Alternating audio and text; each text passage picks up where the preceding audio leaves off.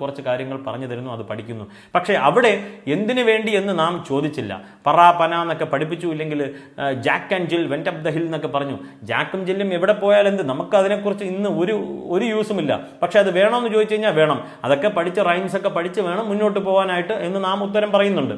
പക്ഷേ കർമ്മത്തെക്കുറിച്ച് പഠിപ്പിച്ചോ? ഇല്ല. കർമ്മം കർമ്മഫലം, അതായത് പ്രവൃത്തിയുടെ ഫലം, നീ എന്താണോ ചെയ്യുന്നത് അതാണ് നിനക്ക് കിട്ടുവാൻ പോകുന്നത് എന്ന് പഠിപ്പിച്ചിട്ടുണ്ടോ എന്ന് ചോദിച്ചു കഴിഞ്ഞാൽ ഇല്ല എന്ന് പറയേണ്ടി വരും. ദുഷ്കർമ്മ ഫലം അനുഭവിക്കുമ്പോൾ ദോഷപരിഹാരങ്ങൾക്കായി പല വ്യക്തികളെയും സമീപിക്കുന്നു, പല രീതിയിലും പരിഹാരങ്ങൾ പറയുന്നു, അതൊക്കെ ചെയ്ത് മുന്നോട്ട് പോകുന്നു. ഈ ദോഷപരിഹാരങ്ങളൊക്കെ നമുക്കൊന്ന് മാറ്റിവെച്ച്, ദോഷപരിഹാരങ്ങൾ എന്നുള്ളത് മരുന്നാണെന്ന് നമുക്ക് വിചാരിക്കുക. നിത്യം മരുന്ന് കഴിക്കേണ്ട അവസ്ഥ നമുക്കില്ലല്ലോ.